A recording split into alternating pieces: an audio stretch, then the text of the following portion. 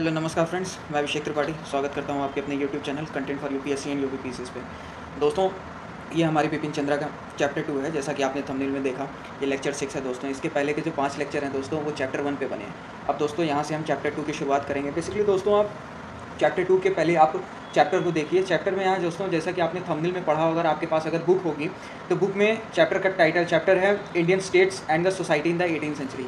ये दोस्तों उस टाइम की कंडीशन है जब मुगल का अंपायर डिक्लाइन कर गया था। और उस टाइम जब डिक्लाइन अंपायर हुआ तो मैंने आपको पहले चैप्टर में बताया था ना कि मुगल के डिक्लाइन होने के बाद धीरे धीरे कैसे कैसे लोगों को मौका मिलता गया। अब दोस्तों वही सब यहाँ पे देखेंगे। आपने देखा ना कि कैसे निज़ाम उल मुल्क जो है चले जाते हैं दक्कन में, हैदराबाद में अपना एक स्टेट अलग बना देते हैं। उसके बाद आप देखेंगे कि कैसे कैसे जाट्स और सिक्कों का रिबेलियन होने लगता है। मतलब आप यही सारी चीज़ें इस चैप्टर में देखोगे कि कैसे कैसे फॉर्मेशन होने लगे स्टेट्स के, कि जैसे जैसे 18th सेंचुरी में, एक तो आपको मैंने स्टार्टिंग में ही बताया कि 1707 में औरंगजेब मर गया।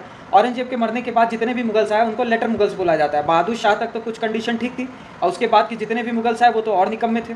तो धीरे धीरे क्या हुआ कि मुगल का अंपायर जब डिक्लाइन करने लगा तो देखेंगे कि उनके निकम्मेपन की वजह से फॉरेन इन्वेजन तो हुआ ही, और साथ में धीरे धीरे और भी साम्राज्यों का उदय होने लगा। तो इन्हीं साम्राज्य में से ये याद रखिए दोस्तों कि इन साम्राज्य की भी 3 कैटेगरी थी। एक कैटेगरी तो ऐसी थी, रुकिए दोस्तों, ऐसे आपको नहीं समझ में आएगा, मैं आपको यहाँ एक प्रेजेंटेशन से समझाता हूँ। अब दोस्तों यहाँ पे जैसा कि आपको स्क्रीन में दिख रहा है, यहाँ बेसिकली दोस्तों आपको 3 टाइप के स्टेट्स नज़र आएंगे। तो ये उस टाइम की कंडीशन है कि मुगल का अंपायर जैसे जैसे जो है वीक होता गया, तो आप देखेंगे कि 3 कंडीशंस ऐसी उभर के आएंगी जहाँ पे 3 स्टेट्स अलग अलग फॉर्म में उभर के आएंगे। एक स्टेट तो ऐसा था दोस्तों जो कि सक्सेशन स्टेट्स था। सक्सेशन स्टेट में आपने जैसा कि पढ़ा ना कि हैदराबाद के निज़ाम ने अपना एक अलग स्टेट बना लिया, अवध ने अलग बना लिया, सिराजुद्दौला ने अलग बना लिया, और ये क्या बोलते हैं मुर्शिद कुली खान बंगाल में जाके अपना एक अलग स्टेट बना लेते हैं। तो दोस्तों ये सक्सेशन स्टेट्स है। सक्सेशन स्टेट्स का मतलब अगर आप समझने की कोशिश करो तो ये देखोगे कि बेसिकली ये मुगल की ऑटोनॉमी को मानते थे। मतलब ये मुगलिया सल्तनत के अधीन में थे, ये वहाँ पे मुगल प्रोविंस इनका बैठा था एज ए गवर्नर, मगर ये अपने आप को इंडिपेंडेंट घोषित कर चुके थे। तो ये सक्सेशन स्टेट्स था कि मगर कहीं ना कहीं अभी भी ये खुद का लैंड टाइटल ग्रांट्स लिया करते थे, लेकिन ये अभी भी अपने आप को मुगलों के अधीन माना करते थे कि इनके प्रोविंस में मुगल का ही गवर्नर बैठा करता था। उसके बाद आप देखोगे यहाँ पे सेकंड स्टेट है दोस्तों, यह है रिबेलियन स्टेट। रिबेलियन स्टेट में देखोगे दोस्तों, जैसा कि मैंने आपको बताया ना कि औरंगजेब के मरने के बाद सिख, जाट्स और सतनामीज, और देखेंगे कि मराठाओं ने कैसे कैसे रिबेलियंस किया, और जमींदार देखेंगे पीजेंट्स ने कैसे कैसे रिबेलियन किया। तो ये दोस्तों वो कंडीशन है कि रिबेलियन स्टेट्स जिन्होंने रिबेलियन किया कि मुगल अथॉरिटी के कमजोर लॉ एंड ऑर्डर के चलते जो ऑटोनॉमी मिली, जो छूट मिली, जो ध्यान नहीं था, उसी के अकॉर्डिंग आप यहाँ पे देखोगे कि कैसे कैसे ये स्टेट्स उदय हुए रिबेलियन में। अगर मान लीजिए मुगल का लॉ एंड ऑर्डर मेंटेन होता जैसे पहले था औरंगजेब के टाइम, किसी की मजाल नहीं थी। औरंगजेब ने जितना अच्छा लॉ एंड ऑर्डर मेंटेन किया, अकबर के टाइम जैसा लॉ एंड ऑर्डर मेंटेन था, अगर उस टाइम का लॉ एंड ऑर्डर मेंटेन होता तो ये रिबेलियन स्टेट्स अपने खुद के स्टेट्स क्रिएट न कर पाते। खैर तो दोस्तों धीरे धीरे आगे करके देखेंगे मराठाओं के बारे में, सिखों के बारे में और रोहिलखंड्स के बारे में। मतलब धीरे धीरे हम ये सारी चीज़ों को देखेंगे, जाट्स पीजेंट्रीज के बारे में। तो ये जस्ट ओवरव्यू कंटेक्स्ट है दोस्तों कि हमको आगे पढ़ना क्या है, तो ये चीज़ भी दोस्तों समझना जरूरी था। इसके बाद हम देखेंगे दोस्तों not influence state. Not influence state में आप दोस्तों देखोगे कि नॉट इन्फ्लुएंस स्टेट की कहानी है कि वो स्टेट्स जहाँ पे मतलब मुगलिया साम्राज्य का उतना ज़्यादा इन्फ्लुएंस नहीं था। जैसे कि आप कह सकते हो कि साउथ ईस्ट कोस्ट पे ले लो, साउथ वेस्ट पे ले लो। तो ये बेसिकली दोस्तों वो रीज़न थे जहाँ मुगलों का इतना ज़्यादा इन्फ्लुएंस नहीं था। तो इन्हीं में से धीरे धीरे स्टेट्स अपने आप उभर के आ रहे थे। तो ये तो 3 कंडीशन थी दोस्तों। उसके बाद आप देखोगे कि जो इनके राज करने का सिस्टम था, जो इन्होंने अपना एडमिनिस्ट्रेशन प्रोसेस बनाया था, वो कुछ हद तक मुगल के जैसे मिलता था। मतलब कि वो मुगल अंपायर, अब खुद सोचिए, आखिर ये जो सक्सेशन स्टेट्स वाले थे और ये सारे जो थे, आखिर कभी ना कभी तो मुगल के अंदर ही थे ना। तो इन्होंने उस सिस्टम को अपनाया जो मुगल की नींव में खोखला हो चुका था। इन द सेंस समझने की कोशिश करिए कि वो एडमिनिस्ट्रेशन जो लेटर मुगल्स ने वीक कर दिया, वीक इन द सेंस कि कैसे कह सकते हो कि जिनका लॉ एंड ऑर्डर उतना प्रॉपर मेंटेन नहीं रहा, रिबेलियन होने लगे, धीरे धीरे कई सारे साम्राज्यों का उदय होने लगा। तो देखोगे दोस्तों कि धीरे धीरे इसी कंडीशन में क्या था कि इनका जो एडमिनिस्ट्रेशन था, मतलब कि आप समझने की कोशिश करो, रुकिए मैं आपको प्रेजेंटेशन के थ्रू समझाता हूँ तब आपको समझ में आएगा। जस्ट अ मिनट दोस्तों। यहाँ पे दोस्तों आपको एडमिनिस्ट्रेशन दिख रहा होगा। इस एडमिनिस्ट्रेशन में क्या है दोस्तों कि आपको 3 पॉइंट दिख रहे होंगे, same as Mughal, second viable law and order, and third lack of modernise. तो इनके एडमिनिस्ट्रेशन सिस्टम में आप देखोगे दोस्तों कि ये जो स्टेट्स उभर के आए थे, इन स्टेट्स में क्या था दोस्तों कि इनका जो रेवेन्यू सिस्टम था ना, वो लगभग आप कह सकते हो कि मुगलों ही जैसा था, कोई इन्होंने चेंजेस नहीं किए थे। और सेकंड देखोगे इनके एडमिनिस्ट्रेशन में वाइबल लॉ एंड ऑर्डर था। वाइबल लॉ एंड ऑर्डर आप देखोगे कि बेसिकली इन द सेंस आप कह सकते हो कि सर्कुलिज्म को फॉलो था, किसी भी प्रकार की कट्टरता नहीं थी, किसी भी प्रकार का भेदभाव नहीं था, ना हिंदू के अंदर ना मुसलमान के अंदर। इनफैक्ट जो नोबल्स हुआ करते थे, इवन आप किसी किसी स्टेट्स में देखोगे, धीरे धीरे मैं एक एक करके आपको बताऊंगा दोस्तों कि किसी किसी स्टेट्स में देखोगे कि हायर अथॉरिटी पोजीशन पे अगर वो मुस्लिम का स्टेट है तो वहाँ पे हिंदू बैठा है। तो मतलब लॉ एंड ऑर्डर को काफ़ी अच्छा इन्होंने मेंटेन करके रखा था, सबको खुश रखा था। सबको खुश रखने का सेंस आप देखोगे कि बेसिकली नोबल्स को इक्वल इज्जत देते, इक्वल इज्जत इन द सेंस की मतलब इक्वल सैलरी मिलती, ना भेदभाव करते ना हिंदू का ना मुसलमान का। तो एक अच्छा लॉ एंड ऑर्डर मेंटेन था। पहले आपने देखा ना था कि पहले वाले चैप्टर में मैंने आपको बताया था कि नोबल्स में जो है अच्छी जागीर कलेक्ट नहीं हो पाती थी, तो सोल्जर्स को सैलरी टाइम पे नहीं मिल पाए। तो जब टाइम पे नहीं मिल पाएगी तो क्या करेंगे, पैसा होगा नहीं, परिवार को कैसे खिलाएंगे। नतीजा क्या हुआ, उन्होंने रिबेलियन कर दिया। लेकिन इन्होंने ऐसा कंडीशन नहीं आने दिया, इन्होंने तो वो सारी चीज़ें देखी थी भाई। वही स्टेट से अलग हुआ उन्होंने। अब आप जैसे निज़ामुल मुल्क की कहानी देखोगे तो निज़ामुल मुल्क का क्या था, निज़ामुल मुल्क ने बहुत मोहम्मद शाह को संवारने की कोशिश की, लेकिन अब मोहम्मद शाह खुद ही मतलब ऐसे अय्याशियों में लिप्त थे कि निज़ामुल मुल्क उन्होंने समझा नहीं। नतीजा क्या हुआ, निज़ामुल मुल्क जो है डेक्कन में अपना इन्फ्लुएंस बढ़ाते गए और डेक्कन में जाके हैदराबाद में उन्होंने खुद को जो है अपना एक अलग इंडिपेंडेंट स्टेट घोषित कर दिया, इंडिपेंडेंट स्टेट बना लिया और नतीजा निजामशाही स्थापित कर दी। तो आप ये देखोगे दोस्तों कि लॉ एंड ऑर्डर को इन्होंने भी मतलब बहुत अच्छा मेंटेन किया था। उसके बाद आप देखोगे दोस्तों कि यहाँ पे तीसरा पॉइंट निकल के आ रहा है, lack of modernise. Lack of modernise में क्या था दोस्तों कि इन द सेंस आप समझने की कोशिश करिए, ये जो सारे स्टेट्स थे इन्होंने ट्रेड को तो प्रमोट किया, ट्रेड को प्रमोट इन द सेंस आप देखोगे कि इंटरनल ट्रेड को भी बढ़ाया और फॉरेन ट्रेड को भी बढ़ाया। लेकिन आप देखोगे दोस्तों कि कुछ स्टेट्स ऐसे थे जो अभी भी इंडस्ट्रियल सेक्टर में या कॉमर्शियल सेक्टर में मॉडर्नाइज नहीं पाए, जिसके कारण क्या हुआ कि जो इवेंचुअली इनकी इकोनॉमिक ग्रोथ होनी चाहिए वो नहीं हो पाई।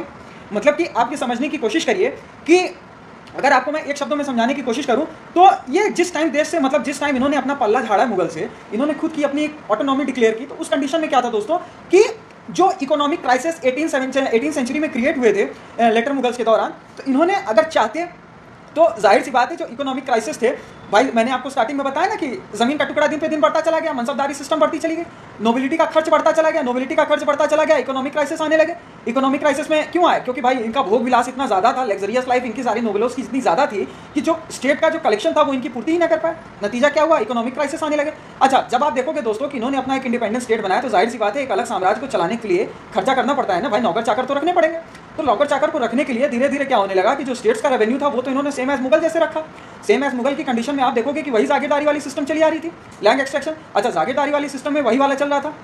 आप देखोगे कि इकोनॉमिक क्राइसिस कहीं ना कहीं क्रिएट होते हैं। इकोनॉमिक क्राइसिस अगर चाहते तो ये उस चीज़ को टॉपल कर लेते, अपने कॉमर्शियल प्रोसेस को ये मॉडर्नाइज कर देते। अगर कॉमर्शियल प्रोसेस को ये मॉडर्नाइज करते थोड़ा सा इंडस्ट्रियल बेल्ट को, क्योंकि मैंने आपको पहले चैप्टर में बताया ना कि उस टाइम क्या था कि जहांगीर के time east India company India में आ गई थी ट्रेड करने के लिए।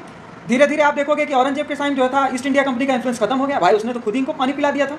फिर धीरे धीरे देखोगे लेटर मुगल्स के टाइम इंटरनल कॉन्फ्लिक्ट जब बल रहे तो यूरोपियन का मार्केट जो था फ्लरिश करने लगा। क्यों, क्योंकि इंडिया मॉडर्नाइज तो था ही नहीं उस वक्त भाई, यूरोप का ट्रेड धीरे धीरे ग्रो करने लगा। तो यही कंडीशन है कि इकोनॉमिक क्राइसिस आने की जो कंडीशन थी वो धीरे धीरे कह सकते हो कि लैक ऑफ मॉडर्नाइजेशन और लैक ऑफ कमर्शियल की वजह से थी।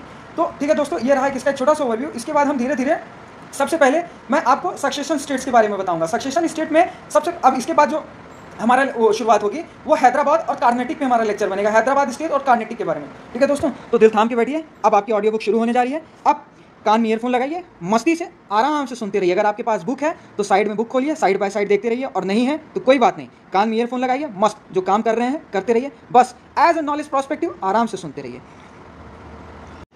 Now we start Hyderabad and Karnataka. Hyderabad and Karnataka के सेंस में अगर आप देखोगे दोस्तों तो बेसिकली इस स्टेट के जो फाउंडर थे वो निज़ामुल मुल्क असफजाह थे। 1724 में देखोगे कि निज़ामुल मुल्क असफजाह ने इस स्टेट को बेसिकली स्थापना की थी। मैंने आपको बताया था ना दोस्तों कि धीरे धीरे जैसे जैसे मुगल डिक्लाइन की कंडीशन पे आने लगता है तो उस टाइम क्या होता है कि बहादुर शाह, आपको मैंने पहले के लेक्चर्स में बताया ना, अगर आप मेरे पहले के लेक्चर्स को फॉलो नहीं करो तो जाके देखिए, हिस्ट्री लिंक करके ही पढ़ने में मजा आता है। ऐसा नहीं कि बीच में घूमते टहलते आए देखने लगे तो समझ में आएगा, ऐसा कुछ नहीं है। आप रिलेट करेंगे तभी मजा आएगा। आपको मैंने पहले के लेक्चर्स में बताया होगा कि बहादुर शाह के मरने के बाद धीरे धीरे देखोगे कि अभी तक जो लड़ाइयाँ चल रही थी वो किंग्स के बीच में चल रही थी भाई। अकबर से लड़ाई जो है जहाँ उसके जहांगीर के बीच में चलने लगी, जहांगीर से औरंगजेब के बीच में चलने लगी, तो आप देखोगे कि अभी तक किंग्स में लड़ाइयाँ चल रही थी। अब धीरे धीरे नोबिलिटी अपने आप को मजबूत करने लगेगी। जब नोबिलिटी अपने आप को मजबूत करने लगेगी तो आप देखोगे कि नोबिलिटी की पॉलिटिक्स कोर्ट में इन्फ्लुएंस कर जाएगी, नोबल अपने आप को बनाने लगेंगे कि उनका ज्यादा दबदबा बन जाए। तो आप देखोगे कि सेम वही कंडीशन थी कि हैदराबाद उससे उभर कर आया। हैदराबाद में मैंने आपको बताया ना कि निजामुल बेसिकली मोहम्मद शाह के वजीर थे। जब उन्होंने मोहम्मद शाह की निकम्मी को देखा तो वो समझ गए कि अगर उनको अपना इन्फ्लुएंस कायम रखना है, अपना नाम जिंदा रखना है, तो वो डेक्कन में चले गए और राजा के बिहाफ पे उन्होंने ऑपरेशन किया, वहां के जितने भी रिबेलियंस थे उसको ऑपरेस किया। और 1724 में आप देखोगे 1720 से लेकर 1722 तक बेसिकली वो वजीर थे मुगलिया सल्तनत में। 1724 में आप देखोगे कि वो वहां पे जाके अपना हैदराबाद खुद का राज्य स्थापित करेंगे। तो बेसिकली आप देखोगे दोस्तों कि निजामुल मुल्क की कहानी कहां से आई। निजामुल मुल्क में क्या था कि अभी तक तो नोबिलिटी का जैसे जैसे पॉलिटिक्स बढ़ता गया तो सबसे पहले किसका आया, आप देखोगे कि सैयद ब्रदर्स का आपने देखा। Syed brothers basically king makers के नाम से जाने गए। सैयद ब्रदर्स में आपने देखा होगा ना कि कैसे उन्होंने जो है लीडिंग रोल प्ले किया किंग को बनाने में। भाई एक कंडीशन ऐसी आई कि 18 साल के मोहम्मद शाह को उन्होंने कठपुतली बना दिया। आपको मैंने पहले के लेक्चर्स में डिस्कस किया ना, तो इन्होंने मतलब निजामुल मुल्क ने सैयद ब्रदर्स को टॉपल किया, टॉपल करने के बाद अपना इन्फ्लुएंस बढ़ाया, उसके बाद इन्होंने खुद की फाउंडेशन की। तो बेसिकली आप देखोगे दोस्तों कि डेक्कन में जब इन्होंने राज अपना स्थापित किया तो इन्होंने इंडिपेंडेंट रूलर अपने आप को घोषित कर दिया।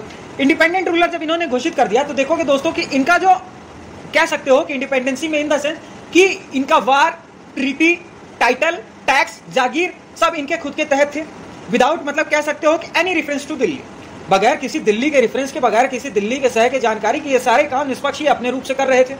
उसके बाद आप देखोगे कि इनके एडमिनिस्ट्रेशन में चूंकि भाई मुगल से निकल के आए थे तो इनको पता था कि आगे कैसे चलाना है, तो मुगलिया में जो एडमिनिस्ट्रेशन था वही इन्होंने यहाँ पे अपनाया।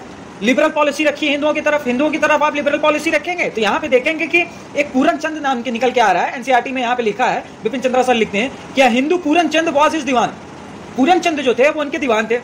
आप देखोगे कि दक्कन में अभी भी जागीरदारी सिस्टम चल रहा था जो मुगल के पैटर्न के हिसाब से था। बेसिकली आप देखोगे कि इसने पूरा कोशिश किया कि जो उसका रेवेन्यू रहे वो करप्शन से मुक्त रहे, घूसखोरी न रहे उसमें, मतलब पूरा इसने एडमिनिस्ट्रेशन को पूरा एफिशिएंट बनाने की कोशिश की।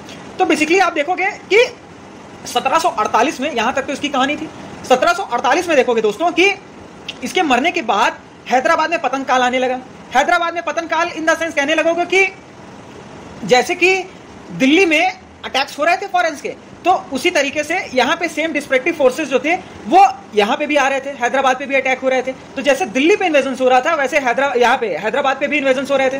तो बेसिकली आप देखोगे दोस्तों कि इन्वेजन के चलते ये कब हुआ, जब निजामुल मुल्क की डेथ हो गई, निजामुल मुल्क अफजल की डेथ हो गई बेसिकली 1748 में। उसके बाद आप देखोगे दोस्तों कि बेसिकली दक्कन में क्या था कि एक कर्नाटिक बेसिकली आज का कर्नाटका वाला रीजन है जहां पे कन्नड़ बोली जाती है। दोस्तों इस चीज का ध्यान रखना कि कर्नाटिक वाज द वन सूबा ऑफ द मुगल डेक्कन। तो कर्नाटिक जो था वो मुगल डेक्कन का एक छोटा सा सूबा था। बेसिकली यहाँ टॉपिक ही है ना हैदराबाद एंड कर्नाटिक, तो हैदराबाद को तो हमने डिस्कस कर लिया, असफ जाह की मरने तक की कहानी देख ली। अब कर्नाटिक की शुरुआत। कर्नाटिक क्या था दोस्तों कि डेक्कन का एक सूबा था, मुगल डेक्कन का एक सूबा था जो कि निजाम की अथॉरिटी के अंदर आता था, हैदराबाद के निजाम की अथॉरिटी के अंदर आता था। लेकिन आप देखोगे दोस्तों कि बेसिकली क्या था कि कर्नाटिक वाले रीजन में जो नवाब थे, कर्नाटिक के नवाब, वो इंडिपेंडेंट भले दिल्ली के थे लेकिन वो डिप्टी गवर्नर भी थे कर्नाटक के। तो मैंने आपको बताया ना कि ये सक्सेशन स्टेट्स हैं, सक्सेशन इन द स्टेट्स। ये कैसे मैंने बताया ना कि सक्सेशन स्टेट में क्या है कि ये निकल के आए हैं लेकिन अभी भी उस चीज को मान रहे हैं, तो यही कर्नाटक था। बेसिकली आप देखोगे कि इनकी ये जो नवाब वाली पोस्ट रहती है, नवाब ऑफ कर्नाटक, ये बेसिकली हेरिडिटरी पोस्ट हो जाती है। तो आप देखोगे कि इनके बाद जो था वो नवाब सबुद्दुल्ला खान जो है कर्नाटक के नवाब बनते हैं, कर्नाटक इन्होंने मतलब नवाब जब बनते हैं तो उसके बाद देखोगे कि दोस्तली इनके भतीजे जो हैं वो इनके सक्सेसर बनते हैं विदाउट एनी अप्रूवल, मतलब कह सकते हो कि अप्रूवल ऑफ सुपीरियर निजाम। मतलब अभी तक ये था ना कि ये निजाम की अथॉरिटी के अंदर आ रहे थे, तो जब इन्होंने अपना सक्सेसर चुना तो बेसिकली निजाम की अथॉरिटी के अंदर नहीं हुआ। लास्ट में आप देखोगे कि 1740 में इनके में भी नवाबशिप के लिए स्ट्रगल होने लगा। नवाबशिप के स्ट्रगल इन द सेंस कि मैंने आपको बताया है ना, अगर नहीं बताया है तो अभी भी बता देता हूं कि राजनीति अर्थव्यवस्था की गार्जियन है, गद्दी से बड़ा कुछ नहीं होता दोस्तों, गद्दी है तो सब कुछ है। तो नवाबशिप की गद्दी के लिए लड़ाइयां होने लगी 1740 के बाद। आप देखोगे तो यही मौका मिला यूरोपियन ट्रेडिंग कंपनीज को कि ये इंटरफेयर पॉलिटिक्स में करें। और इंटरफेयर में पॉलिटिक्स के बाद आप देखोगे, यहाँ बिपिन चंद्रा सर ने नहीं लिखा है कि कर्नाटक के वॉर होते हैं, और कर्नाटक के वॉर के बाद आप देखोगे कि धीरे धीरे कैसे ब्रिटिश साम्राज्य डेक्कन की तरफ अपना इन्फ्लुएंस बढ़ाता गया। तो दोस्तों यही था कर्नाटक वाले रीजन में। अब हम यहाँ पे बंगाल को डिस्कस करेंगे। बंगाल का भी बेसिकली वही कहानी है। मुगल के डिक्लाइन के बाद मुर्शिद कुली खान जो है बंगाल को इंडिपेंडेंट बना देते हैं। बेसिकली ये जो थे वो पहले बंगाल के गवर्नर हुआ करते थे। लास्ट में आप देखोगे तो यहाँ पे दोस्तों आप देखिए कि बंगाल भी एक सक्सेसर स्टेट है। तो सक्सेसर स्टेट के इन्फ्लुएंस में आप देखोगे कि इसने बेशक अपने आप को मुगल एम्परर से अलग कर लिया, लेकिन लार्ज ट्रिब्यूट देने का वादा कर दिया कि हम अपने बिहाफ पे, आपके बिहाफ पे रूल करेंगे इंडिपेंडेंट स्टेट, पर आपको फाइनली ट्रिब्यूट देते रहा करेंगे। बेसिकली आप देखोगे कि इसने बंगाल में एक इंटरनल पीस और एक्सटर्नल पीस स्थापित करने की कोशिश की। इंटरनल पीस और external peace in the sense आप कहने की कोशिश करोगे कि जो बंगाल का भी जमींदारों के अपराइजिंग मूवमेंट उभर रहे थे उसको इन्होंने खत्म किया। खत्म इन द सेंस कि आप समझने की कोशिश करो कि 2-3 नाम यहाँ पे लिखे हैं। उन 2-3 नाम में आप देखोगे कि जब मुर्शिद कुली खान ने अपना शासन स्टार्ट किया तो सीताराम रे, उदय नारायण, गुलाम मोहम्मद और सुजत खान और लास्ट में नजत खान, ये 4-5 नाम ऐसे हैं जिन्होंने स्टार्टिंग में बहुत दिक्कत की इसको राज करने में। उसके बाद आप देखोगे कि मुर्शिद कुली खान के एक वफादार थे जिनका नाम था रामजीवन, इन्होंने इन सबसे लड़ने में मुर्शिद कुली खान की बड़ा मदद की। उसके बाद आप देखोगे कि मुर्शिद कुली खान इस मदद से इंप्रेस होकर उनको जमींदारी दे देता है। लास्ट में आप देखोगे कि मुर्शिद कुली खान 1727 में मर जाता है। 1727 में मरने के बाद आप देखोगे कि उसका सन इन लॉ गद्दी पे बैठता है, शुजाउद्दीन जब गद्दी पे बैठता है तो आप देखोगे कि ईयर बाय ईयर गद्दी को लेकर लड़ाई होने लगती है। पहले भी बताया हूं कि गद्दी तो गद्दी हो गए, गद्दी से बड़ा कुछ नहीं है। तो पॉलिटिकल इन्फ्लुएंस के चलते यह राजनीति अर्थव्यवस्था की गार्जियन है, तो राजनीति की ताकत और अर्थव्यवस्था को हाथ में लेने के लिए लड़ाई होने लगी। तो आप देखोगे कि अली वर्दी खान जो है वापस उसके टॉपल करते हैं शुजाउद्दीन को टॉपल करके हटा के वो गद्दी पे बैठते हैं। तो आप देखोगे कि इस कॉन्फ्लुएंस में या इस कॉन्फ्लिक्ट में जब शुजाउद्दीन हराए जाते हैं, उनको हटाया जाता है, तो उनके एक पुत्र रहते हैं सरफराज खान। क्योंकि शुजाउद्दौला के बाद क्या सीन होता है दोस्तों, शुजाउद्दीन यहाँ पे लिखा है, शुजाउद्दीन के बाद क्या सीन होता है दोस्तों कि उनके मरने के बाद सरफराज खान भाई गद्दी के लिए क्लेम ठोकने लगते हैं। लेकिन आप देखोगे कि उनको हटा के अली वर्दी खान खुद नवाब घोषित हो जाते हैं। तो अब यहाँ पे आप देखोगे कि अली वर्दी खान बंगाल के नवाब बन जाते हैं। उसके बाद यहाँ पे दोस्तों बंगाल के बारे में लिखा है कि तीनों नवाब बंगाल को एक प्रीस ऑर्डरली एडमिनिस्ट्रेशन दिए, जिसके कारण क्या हुआ कि ट्रेड और इंडस्ट्री जो है प्रमोट हुई।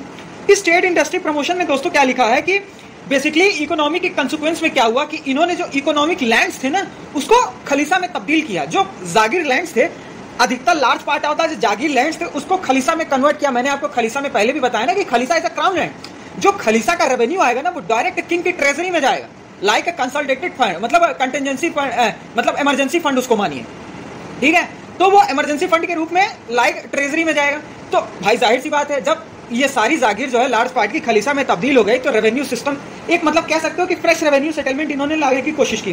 बेसिकली क्या है दोस्तों कि आप देखोगे कि बंगाल के कार्यकाल में जब ये तीन नवाब थे तो इन्होंने एक नई प्रोसेस की। नई प्रोसेस में तकवे की प्रोसेस। तकवी में क्या होता था, तकवी एक टाइप का एग्रीकल्चर लोन्स होता था जो किसानों को लोन प्रोवाइड किया जाता था कि खेती करने के लिए, ऐसा मतलब कह सकते हो कि उनको आगे बढ़ने के लिए। भाई जाहिर सी बात है जिन किसानों के पास पहले से, जो किसान पहले पुअर कल्टीवेटर्स हुआ करते थे, अब उनको एग्रीकल्चर लोन की मदद से जो एग्रीकल्चर करेंगे तो भाई डिट्रेस कंडीशन से अपनी लड़ पाएंगे, बुरी कंडीशन से लड़ पाएंगे। भाई जाहिर सी बात है एग्रीकल्चर करेंगे तो रेवेन्यू देंगे ही किंग को, इकोनॉमी फ्लरिश करेगी, किसान भी खुश है। तो आप देखोगे कि इसके टाइम में क्या था कि एक स्टैंडर्ड रेवेन्यू सिस्टम लाया गया। स्टैंडर्ड रेवेन्यू सिस्टम के साथ साथ आप देखोगे जो इलीगल सेसेस हुआ करते थे ना, इलीगल सेसेस इन द सेंस की दुनिया भर के जो टैक्सेस, अननेसेसरी टैक्सेस हुआ करते थे, वो तो दोस्तों यहाँ पे लिखा नहीं है। तो एनसीईआरटी के प्रोस्पेक्टिव से अभी यहाँ पे लेकर चलेंगे, जब हायर स्टैंडर्ड की बुक्स डिस्कस करेंगे ना तो इस इलीगल सेसेस के बारे में, सेसेस के बारे में भी आपको बताऊंगा कि जो इलीगल सेसेस थे वो हटाए गए। बेसिकली आप देखोगे दोस्तों कि इसने एक नई पहल की, तकवी तो लाया एग्रीकल्चर लोन के साथ। आप देखोगे कि बेसिकली इसने ओल्ड जमींदारों को हटाया, ओल्ड जमींदारों को हटा के एक रेवेन्यू फार्मर लाया। तो इस बीच क्या हुआ कि ओल्ड जमींदारों को जब हटाया गया, रेवेन्यू फार्मर लाया गया, तो इकोनॉमी दिन पे दिन और फ्लरिश करने लगी। नतीजा क्या होगा दोस्तों कि धीरे धीरे इस कंडीशन में इकोनॉमी तो फ्लरिश कर ही रही थी और साथ ही आप देखोगे कि मुर्शिद कुली खान और जो उसके सक्सीडिंग नवाब थे उन्होंने इक्वल अपॉर्चुनिटी दी हिंदू को और मुसलमान को। हिंदू को स्पेशली आप देखोगे कि बंगाल वाले रीजन में स्पेशली हिंदुओं को हाईएस्ट सिविल पोस्ट दी जाती थी और मिलिट्री पोस्ट दी जाती थी। उसके बाद आप देखोगे कि बेसिकली ज्यादातर जो जमींदार हुआ करते थे, मनी लैंडर्स हुआ करते थे या महाजन हुआ करते थे, महाजन को आप मनी लैंडर भी कहोगे, वो बेसिकली हिंदू हुआ करते थे। तो एक बहुत ही अच्छा एस्टोक्रेटिक सेटलमेंट इसने लाने की कोशिश की। उसके बाद आप देखोगे कि जो ये नवाब थे recognise the expansion of trade benefited the people and the government and therefore encouraged all the merchants and Indian foreign. मैंने आपको बताया ना कि देखिए दोस्तों बंगाल का जो महत्व है वो मेडिवल इंडिया में भी बड़ा इंपॉर्टेंस रखता है और मॉडर्न इंडिया में तो था ही। ब्रिटिश की जो नीयत खराब हुई ना वो बंगाल को देख के क्यों हुई, क्योंकि इसके आसपास का जो एरिया था ना वो ट्रेड करने के लिए काफी बेनिफिशियल था। तो इन्होंने क्या किया कि इनकरेज किया मर्चेंट्स को इंडियन फॉरेन गुड्स के लिए इनकरेज किया। अब बेसिकली इनकरेज करने के साथ साथ आप देखोगे कि इन्होंने एक बहुत ही अच्छा मतलब लॉ एंड ऑर्डर स्थापना करने की कोशिश की, थाना चौकी बनाया। क्योंकि बेसिकली क्या होता था दोस्तों कि ये जब ट्रेड होता था ना तो बहुत सारे रॉबर्स होते थे। रोड की सेफ्टी के लिए, मतलब ये है कि जान माल का खतरा ना हो किसी को, तो उस रोड पे सेफ्टी देने के लिए रॉबर से तो ये थाना और चौकी भी इन्होंने बिठाया। उसके बाद आप देखोगे दोस्तों कि इसने एक बहुत ही बेहतरीन कस्टम एडमिनिस्ट्रेशन, जैसे कि जो लोग प्राइवेट ट्रेड में, जो ऑफिशियल्स इसके जैसे मान लीजिए जो बड़े अधिकारी इसके होते थे खुद के प्राइवेट ट्रेड में लगे रहते थे, उसने बेहतरीन मतलब लगाम लगाने की कोशिश की। यही नतीजा था दोस्तों कि इसने ईस्ट इंडिया कंपनी पे पूरा कंट्रोल रखा, ईस्ट इंडिया कंपनी पे पूरा कंट्रोल रखा और बेसिकली उसको हाई प्रिविलेज देने से मना किया। हाई प्रिविलेज में आप देखोगे कि यही कंडीशन होती है कि अली वर्दी खान जब गद्दी पे बैठते हैं तो जो British east India company Calcutta और चंद्रनगौर में अपने फोर्ट को फोर्टिफाई करने लगती है, फ्रेंच को मतलब फोर्टिफाई करने लगती है। फोर्टिफाई इन द सेंस आप देखोगे दोस्तों कि अपनी फैक्ट्रीज, जो ईस्ट इंडिया कंपनी ने फैक्ट्रीज लगाई थी उसको फोर्टिफाई करने लगती है। तो एक हाई गैरिसन इन्फ्लुएंस यहाँ पे आप देखोगे कि फोर्टिफाई करने के साथ साथ जब अपनी मजबूती दिखाने लगती है तो यहीं से ईस्ट इंडिया कंपनी में टसल क्रिएट हो जाता है, ईस्ट इंडिया कंपनी से बंगाल का टसल क्रिएट हो जाता है। तो बेसिकली आप देखोगे दोस्तों कि इस टसल के चलते बंगाल धीरे धीरे डिक्लाइन हुआ। डिक्लाइन मतलब पतन के पास गया। पतन के पास भी देखिए दोस्तों इनका जाने का सेंस ये था कि अली वर्दी खान की सबसे बड़ी दिक्कत ये थी कि अली वर्दी खान ने ईस्ट इंडिया कंपनी को सिर्फ एक ट्रेडर समझा। अगर इन्होंने ईस्ट इंडिया कंपनी को कॉलोनिस्ट समझा होता, और कॉलोनिस्ट भी कैसे समझते दोस्तों, जो बंगाल के अंदर एक ड्रॉबैक थी ना दोस्तों, इन्होंने लैक ऑफ कॉन्टैक्ट रखा। इनका जो कम्युनिकेशन था वर्ल्ड ट्रेड के साथ बिल्कुल नहीं था। अगर वर्ल्ड ट्रेड के साथ होता ना तो जो विश्व में वर्ल्ड में ईस्ट इंडिया कंपनी की मनमानी चल रही थी कि कैसे वेस्टर्न ट्रेडिंग कंपनीज ने Africa, south east Asia, Latin America को बर्बाद कर दिया, मतलब कह सकते हो कि कॉलोनाइज बना लिया, कॉलोनी बना दिया, तो ये चीज इनको खुद पे खुद पता चल जाता अगर कम्युनिकेशन होता। तो बेसिकली देखोगे दोस्तों कि ये तो था ही। अच्छा, उसके बाद किसी भी राजा के लिए डिफेंस बहुत मजबूत करना चाहिए। डिफेंस पे भी ध्यान नहीं दिया। डिफेंस इन द सेंस आप देखोगे कि इनके पास मात्र 2000 कैवेलरी थी और 400 इन्फेंट्री थी, जो कि ब्रिटिश ईस्ट इंडिया कंपनी से मुकाबला करने में बिल्कुल सक्षम नहीं थी। भाई उनके बराबर कहीं नहीं थे, तो कहां से करते। और तो और मराठा से भी इनका पंगा चल ही रहा था, अली वर्दी खान का। मराठा से पंगा चलता है, नतीजा क्या होता है, उड़ीसा हाथ से चला जाता है। उड़ीसा हाथ से तो जाता ही है। उड़ीसा के हाथ से जाने के बाद आप देखोगे कि धीरे धीरे बाद यहाँ पे एक डेट लिखी है 1757 टू 1767। तो बेसिकली दोस्तों आप देखोगे दोस्तों कि यहाँ पे बैटल ऑफ प्लासी, यहाँ पे हालांकि मेंशन नहीं है पर मैं आपको बताता हूँ दोस्तों कि यहाँ पे बैटल ऑफ प्लासी होता है। तो बैटल ऑफ प्लासी में आप देखोगे कि बेसिकली ईस्ट इंडिया कंपनी जो है वो वॉर डिक्लेयर कर देती है अली वर्दी के खिलाफ। तो इसमें क्या होता है कि ये समझने की कोशिश करिए कि जो ये वॉर होता है ना, इस वॉर से धीरे धीरे ईस्ट इंडिया कंपनी का जो इन्फ्लुएंस है, बैटल ऑफ प्लासी हुआ, उसके बाद बक्सर हुआ, तो जो इनकी मनचाही मंशा होती है धीरे धीरे बढ़ने लगती है। बढ़ने क्यों लगती है? क्यों? क्योंकि देखिए कहीं ना कहीं जो आप कह सकते हो कि आपने हैदराबाद के कॉन्टेक्स्ट में देखा कि एडमिनिस्ट्रेशन के हिसाब से थोड़ा सा उसने हैदराबाद में ब्राइबरी पे कंट्रोल था, घूसखोरी पे, करप्शन पे थोड़ा सा कंट्रोल था। लेकिन आप देखोगे कि यहाँ बंगाल के केस में क्या है कि जो बंगाल का नवाब था ना, ये कह सकते हो कि उतना सक्षम नहीं था कि जो कि करप्शन पे, अपने ऑफिसर्स के करप्शन पे ध्यान दिया हो। इवन यहाँ तक कि इसके जो जुडिशियल ऑफिसर्स हुआ करते थे ना, काजीज और मुफ्तीज, ये भी घूसखोरी में, भ्रष्टाचारी में लिप्त थे। इस पर भी इन्होंने ध्यान नहीं दिया। तो बेसिकली यही सारी सिचुएशंस थी जो फॉरेन कंपनी ने इसका पूरा फायदा उठाया और उसके बाद धीरे धीरे ये वीकनेस को फायदा उठाया और धीरे धीरे बाद अपना इन्फ्लुएंस आगे बढ़ाया। और धीरे धीरे क्या हुआ कि ईस्ट इंडिया कंपनी, जो फॉरेन कंपनीज थी, जो कभी ट्रेडिंग कंपनी थी, धीरे धीरे जो है बंगाल को अपनी कॉलोनी बना लिया। तो यही था दोस्तों। अब हम अवध को यहाँ पे डिस्कस करेंगे। तो अवध के बारे में बेसिकली क्या है दोस्तों, नाउ वी डिस्कस अवध। तो अवध के बारे में दोस्तों आप देखोगे कि Awadh was also autonomous kingdom. Awadh भी एक ऑटोनॉमस साम्राज्य था। बेसिकली इसके जो संस्थापक थे, फाउंडर थे, वो सदत खान बुरहानुल मलिक थे, बुरहानुल मुल्क थे। बुरहानुल मुल्क का ये कंडीशन है, सदत खान की क्या बातें हैं कि Sadat Khan is basically was earlier governor of Awadh in 1722। 1722 में देखोगे कि ये अवध के पहले गवर्नर थे। तो अवध के गवर्नर वैसे भी थे और इनके अंदर ये काबिलियत भी थी, मतलब कह सकते हो कि he is intelligent person. Intelligent person in the sense समझने की कोशिश करो कि एक जो एस्ट्रोक्रेटिक वाली फीलिंग होती है, जो दूरदृष्टि होती है, फार साइटनेस होती है, वो इस आदमी के अंदर कूट कूट के भरी थी। तो तुम देखोगे कि जब इसका अपॉइंटमेंट हुआ था गवर्नर के रूप में, तो उस टाइम जो था बहुत सारे जमींदारों ने रिबेलियन छेड़ दिया। तो उस रिबेलियन में क्या हुआ दोस्तों कि जमींदार ने खुद की आर्मी बना ली। नतीजा क्या हुआ कि इससे उसकी लड़ाइयाँ हुई।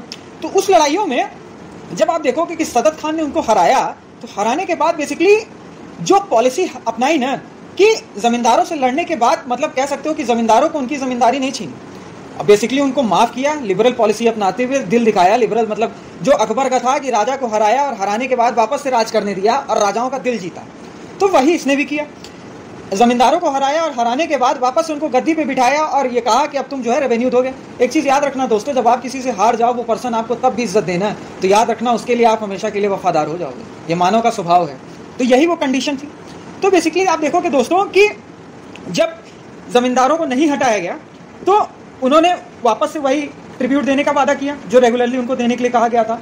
उसके बाद आप देखोगे दोस्तों कि 1723 में बेसिकली ये फ्रेश रेवेन्यू सेटलमेंट लाता है। फ्रेश रेवेन्यू सेटलमेंट के तहत आप देखोगे कि इसके कार्यकाल में किसानों का जो शोषण था ना, वो काफी हद तक बचाया गया जमींदारों से। तो आप देखोगे कि जैसे कि बंगाल के नवाब ने कोई डिस्क्रिमिनेशन नहीं किया था ना हिंदू और मुसलमान के बीच में, तो इसने भी अपने साम्राज्य में मिलिट्री और सिविल पोस्टेस पे कोई डिस्क्रिमिनेशन नहीं किया हिंदू और मुसलमान में। In fact regular, well paid, well armed और वेल ट्रेंड इसके ट्रूप्स हुआ करते थे और उनको टाइम टू टाइम सैलरी जाती थी बगैर किसी भेदभाव के। तो बेसिकली आप देखोगे कि इसने अवध को एक हेरिडिटी पोजीशन बना दिया। Heredity position in the sense कि जैसे मुगलों में सक्सेसर वाला सिस्टम चलता था कि भाई राजा का बेटा राजा बनेगा, तो इन्होंने भी जो है अवध में एक हेरिडिटी पोस्ट बना दिया। तो हेरिडिटी पोस्ट में देखोगे कि इनके बाद जो थे सफदरजंग, इनके भतीजे जो है राज करते हैं। बेसिकली क्या था कि सफदरजंग की कहानी जो थी वो स्टार्टिंग में वजीर हुआ करते थे अंपायर के, मुगल अंपायर के 1748 में। तो जब ये 1748 में वजीर होते हैं ना, तो उस टाइम क्या होता है कि इनको एक इलाहाबाद प्रोविंस भी ऐड करके दे दिया जाता है। मतलब अवध में पहले इलाहाबाद रीजन नहीं आता था, बेसिकली आज का ये इलाहाबाद प्रयागराज है दोस्तों। तो अवध में इलाहाबाद नहीं आया करता था जब ये वजीर हुआ करते थे, तो इनको ये ग्रांट मिल जाती कि तुम्हारे अवध वाले रीजन में अब इलाहाबाद भी ऐड हो जाएगा। तो बेसिकली आप देखोगे दोस्तों कि सफदरजंग ने बहुत कोशिश की अपने मरने से पहले 1754 में कि किस तरीके से अवध में वो शांति और अमन और भाईचारा फैला सके। अपने इस शांति की मुहिम में आप देखेंगे कि सफदरजंग ने बेसिकली मराठा, राजपूत और जाट्स के साथ अलायंस किया। अलायंस बेसिकली आप देखेंगे दोस्तों कि इस टाइम क्या था कि इनके समय में इंटरनल रिबेलियंस कुछ ज़्यादा ही अवध में हो रहे थे। इंटरनल रिबेलियंस जो था वो दोस्तों बेसिकली बंगश पठान और रोहिल्लास के साथ चल रहा था। बेसिकली ये रोहिलखंड वाले रीजन पे राज किया करते थे। तो ये जो बंगश पठान हुआ करते थे बेसिकली अफगानी एडवेंचर हुआ करते थे, बाद में जाते वो अपना राज्य स्थापित करते। चिंता मत करिए दोस्तों, मैं आगे इनके बारे में डिटेल में बताऊंगा। तो आप देखेंगे कि उनके समय जो इनका इंटरनल रिबेलियन चल रहा था, तो इस दौरान ये राजपूतों से सपोर्ट लेते हैं। राजपूतों से सपोर्ट तो लेते हैं, साथ में ये जो आप देखेंगे कि लगभग मान के चलिए कि he secured Maratha military help by paying a daily allowance 25,000 and Jat supported by paying 15,000 a day। मतलब मराठा से इनको 25,000 डेली मिलिट्री के रूप में हेल्प के, मतलब 25,000 रुपए अलाउंसेस पर डे की मदद मिलती थी और जाट से 15,000 रुपए के डेली अलाउंसेस के रूप में इनको मदद मिलती थी।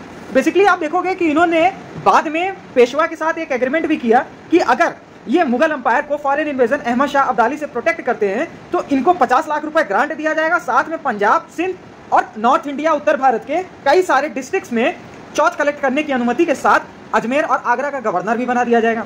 लेकिन लास्ट में देखोगे दोस्तों कि ये जो एग्रीमेंट था, जो समझौता था, ये फेल हो जाता है। तो इस समझौता के तहत क्या होता है कि पेशवा जो रहते हैं वो चले जाते हैं दिल्ली में, इनके दुश्मनों से हाथ मिला लेते हैं। नतीजा क्या है कि अब तो इलाहाबाद की जो है गवर्नरशिप पा ही जाते हैं। तो शुरू से रहा है कि दुश्मन का दुश्मन दोस्त ही होता है।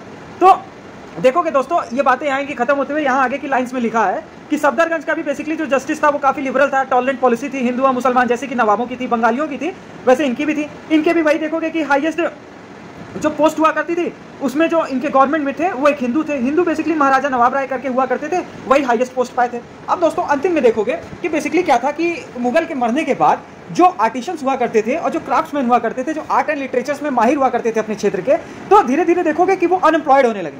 तो बेसिकली क्या था कि अवध के नवाब उनको अपने राज्य में बुला के काम देने लगे। और काम देने के बाद आप देखोगे कि यही नतीजा था कि अवध में लखनऊ एक फेमस सेंटर उभरा, जहाँ पे कह सकते हो कि ये आर्ट एंड क्राफ्ट्स और जो लिटरेचर हुआ करते थे वहाँ पे ये नफासत मिली लखनऊ को। तो अगर आप कहते हैं ना कि मुस्कुराइए आप लखनऊ में, लखनऊ की अलग ही नवाबी चलती है। तो बेसिकली यही था दोस्तों कि मुगल के डिक्लाइन होने के बाद जो आर्टिशंस और जो क्राफ्ट्स और जो आर्ट्स और पोइट्री में लिप्त थे, जो एम्प्लॉयज थे, जब वो बेरोजगार हो गए तो उनको जो है सदर खान ने वहाँ पे अपने राज्य में बुला के काम दिया और बेसिकली जो था लखनऊ को इस चीज़ का सेंटर बनाया। तो यही सब था दोस्तों। बेसिकली एक छोटा सा नॉलेज है तीनों सक्सेशन स्टेट्स के मालिकों नवाबों के बारे में, मुर्शिद कुली खान के बारे में भी है, और आप देखेंगे कि यहाँ अवध के उसके बारे में भी है, अवध के भी बारे में दिया हुआ है, और आप देखेंगे कि निज़ाम मुल्क के बारे में भी दिया है कि ये जो तीनों इंसान थे ये बेसिकली कह सकते हो कि सिंपल लाइफ, सिंपल जिंदगी जीने वालों में से थे। और आप देखोगे कि कह सकते हैं कि कोई भी इनके जो नोबल्स हुआ करते थे ना, वो इनसे लग्जरियस लाइफ जीते थे। मतलब इन द सेंस कैसे कह सकते हो कि भोग और विलासिता से काफ़ी दूर थे। मतलब कह सकते हो कि एकदम सिंपल जिंदगी जीना पसंद करते थे ये तीनों सक्सेशन स्टेट्स के जो हुआ करते थे किंग्स। तो देखोगे कि इतना सीधा साधा ज़रूर थे, लेकिन इनकी जो ट्रेचरी थी ना, या कहिए जो धोखाधड़ी थी, वो पॉलिटिक्स, इंटरनल पॉलिटिक्स में कह सकते हो कि अपने डोमेन के प्रोटेक्शन के रूप में थी। अब राजनीति में तो जाहिर सी बात है दोस्तों, वादे तो बड़े बड़े किए जाते हैं, तो वादे कितने पूरे होते हैं वो आपको भी पता है। तो यही इनके अंदर एक था। तो ये सक्सेशन स्टेट्स के बारे में एनसीईआरटी का मिला हमको ज्ञान, यहाँ पे मिला। अब बेसिकली हम दोस्तों आगे का जो लेक्चर लाएंगे वो मैसूर और केरला के बारे में होगा। उसके बाद हम दोस्तों अराउंड द दिल्ली के बारे में देखेंगे। इसके बाद हम वो देखेंगे, हमने आपको बताया था ना शुरू में ओवरव्यू में कि 3 स्टेट्स को हम देखेंगे, सक्सेशन स्टेट्स को देखेंगे। उसके बाद उन स्टेट्स को देखेंगे जो रिवेलियन से अपने आप को इन्फ्लुएंस में लाते हैं। तीसरा वहाँ पे जहाँ पे मुगल का इंटरफेरेंस उतना था ही नहीं, इन्फ्लुएंस था ही नहीं। तो इसके बाद हम उस स्टेट को डिस्कस करेंगे जहाँ मुगल का इन्फ्लुएंस उतना था ही नहीं, जैसे कि केरला और मैसूर। तो उम्मीद करता हूँ दोस्तों अभी तक आपको बहुत मजा आया होगा। अगर मजा आया हो तो चैनल को शेयर करिए, सब्सक्राइब करिए, लाइक करिए। धन्यवाद दोस्तों, पढ़ते रहिए, मस्त रहिए। अगला पार्ट भी जल्दी है।